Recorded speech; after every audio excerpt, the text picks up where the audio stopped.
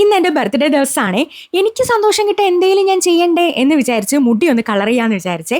മുടി വെട്ടുകയും വേണം. കുറേ നാളായിട്ടോ മുടി വെട്ടിയിട്ട് 4, 3, 7 മുടിയേ ഉള്ളൂ എങ്കിലും എനിക്ക് അതിൻ്റെ അഹങ്കാരമൊന്നുമില്ല. ഇക്കാടെ അനിയത്തിയായിട്ടാണ് പോയത്. അവൾ പറഞ്ഞ പാർലറിലാണ് പോയത്. ഒന്ന് പോയി നോക്കാം. സത്യം പറഞ്ഞാൽ അതിൻ്റെ ഒരു സന്തോഷമാണ് എൻ്റെ മുഖത്ത് കേട്ടോ. എങ്ങനെ ഉണ്ടാവും എന്നൊക്കെ അറിയണമല്ലോ.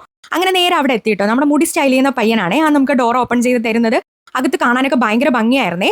പുതിയ പാർലറാണ് ആക്ച്വലി അത്.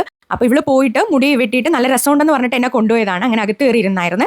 അകത്ത് കയറി ഇരുന്നപ്പോഴത്തേക്ക് ആള് വന്നു. ഡീറ്റെയിൽ ആയിട്ട് ചോദിച്ച് എന്ത് ചെയ്യണം. അപ്പം ഞാൻ ലെയർ വെട്ടിയിട്ട് എനിക്കൊന്ന് കളർ ചെയ്യണം. കളറിനെ പറ്റി ഒരു ബോധവും ഇല്ല.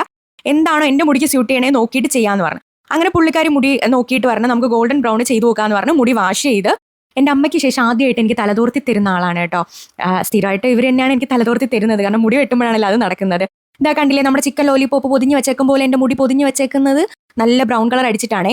എനിക്കാണെങ്കിൽ കൊള്ളാമോ എങ്ങനെ ഉണ്ടാവും എന്നൊക്കെ ഉള്ളൊരു പ്രശ്നം ഉണ്ടായിരുന്നു. പക്ഷെ ചെയ്ത് വന്നപ്പം സൂപ്പറായിരുന്നു കേട്ടോ. ഞാൻ വെച്ചാൽ അതിൻ്റെ ലൈറ്റിൻ്റെ വെട്ടം കൊണ്ടായിരിക്കുന്നു. അവിടെ ഉള്ള കൊച്ചാണ് എനിക്കത് എടുത്തു തന്നത്. നോക്കിയപ്പോൾ എനിക്ക് വീഡിയോ നോക്കിയപ്പോൾ അടിപൊളിയായിട്ട് തോന്നി. വീട്ടിൽ വന്നപ്പം കുറച്ച് ഡാർക്ക് കളറല്ലേ എന്നൊക്കെ തോന്നി. പക്ഷെ രാവിലെ എഴുന്നേറ്റ് ജോലിക്ക് പോകാൻ വേണ്ടി തല കെട്ടിയപ്പോൾ എൻ്റെ പൊന്നോ, ആ പോണിട്ടയിൽ കെട്ടി വെച്ചിരുന്ന കാണാൻ ഭയങ്കര ഭംഗിയായിരുന്നേ. നമുക്ക് സ്വന്തമായിട്ട് നമ്മളെ ഇഷ്ടപ്പെടുമ്പോഴത്തേക്കും നമ്മൾ കുറച്ച് വീഡിയോസ് എടുത്ത് വെക്കില്ലേ, അങ്ങനെ എടുത്തു വെച്ചതാട്ടോ ഇത്. എനിക്കെന്തോ അന്നത്തെ ദിവസം ഭയങ്കര സന്തോഷമായിട്ട് തോന്നി. അങ്ങനെ നമുക്ക് എന്തെങ്കിലും സന്തോഷം കിട്ടുന്ന കാര്യങ്ങൾ ചെറുതാണെങ്കിലും ചെയ്യുമ്പോഴത്തേക്കും ഡബിൾ ഹാപ്പി ആവും. അങ്ങനെയുള്ളൊരു ദിവസമായിരുന്നു കേട്ടോ അത്.